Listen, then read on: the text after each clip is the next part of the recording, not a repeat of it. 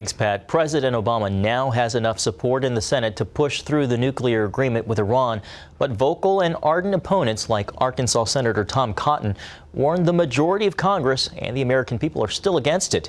Cotton was in Israel this week and told CBN's Chris Mitchell why this agreement could lead to a nuclear arms race and possibly war.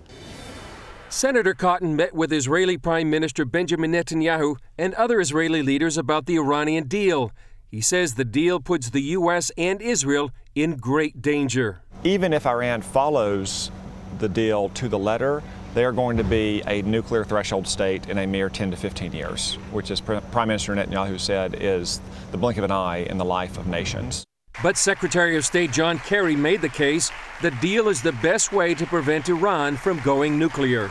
Without this agreement, Iran's so-called breakout time was about 2 months. With this agreement, it will increase by a factor of 6 to at least a year, and it will remain at that level for a decade or more.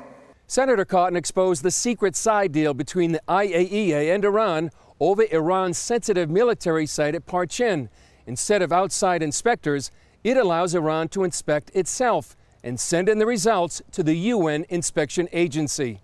It's kind of like letting an NFL player take his own drug test at home and mail it in to Roger Goodell at NFL offices so he can establish his eligibility. Cotton says if Iran goes nuclear, they're different from other nations. Iran, however, is run by radical clerics who continually chant death to America and death to Israel in the street, led by their national leadership. They have the blood of hundreds of Americans on their hands from the wars in Iraq and Afghanistan.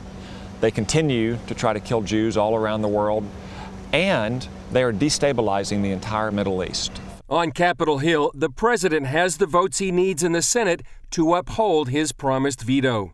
So for the first time in American history, a deal is going to go forward with a majority vote against it in both the Senate and the House, and a strong majority of the American people against it. This nuclear deal with Iran is going to be the worst agreement in the history of American foreign policy, and that's because the president didn't respect our Constitution, didn't respect the treaty clause of the Constitution. If there's anything that should have been submitted as a treaty to the Congress, it is a nuclear arms deal with a mortal and unrepentant enemy. With Middle East nations already saying publicly and privately they want nuclear weapons, Cotton fears the deal would lead to a nuclear arms race with possible catastrophic consequences to the region and the U.S.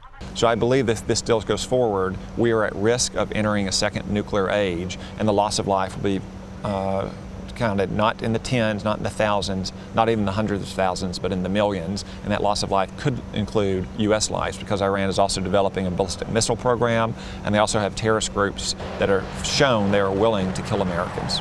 Chris Mitchell, CBN News, Jerusalem.